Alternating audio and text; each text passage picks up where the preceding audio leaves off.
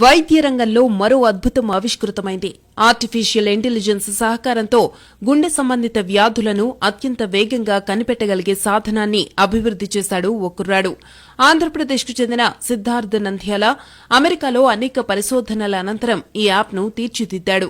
ఇదిప్పుడు వైద్య రంగంలో సంచలనం సృష్టిస్తోంది. సిద్ధార్థ్ నంద్యాల వయసు 14 ఏళ్లు. అయితే ఆర్టిఫిషియల్ ఇంటెలిజెన్స్ పై అపారమైన పట్టుంది. ఈ రంగంలో ఆరకిల్, ఆర్మ్ సంస్థల నుంచి సర్టిఫికెట్లు కూడా సంపాదించాడు. డల్లాస్లో నివసిస్తున్న సిద్ధార్థ్ సర్కాడియన్ ఏఐ పేరుతో ఓ యాప్ను రూపొందించారు.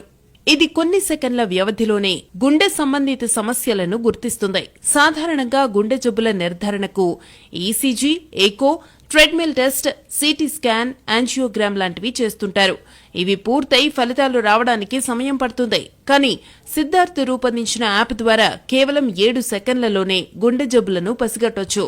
సర్కాడియన్ ఏఐ యాప్ను స్మార్ట్ ఫోన్తో అనుసంధానించడం ద్వారా గుండె శబ్దాలను ఎప్పటికప్పుడు రికార్డు చేస్తుంటుంది. వాటిని ఆధారంగా చేసుకుని గుండె జబ్బులను పసిగట్టే అవకాశముంది.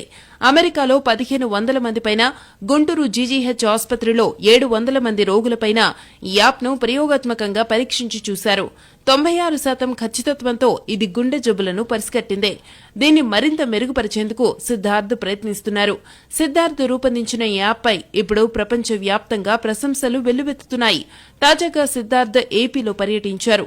ఈ సందర్భంగా ముఖ్యమంత్రి చంద్రబాబు, డిప్యూటీ సీఎం పవన్ కళ్యాణ్ తదితరులను కలిశారు.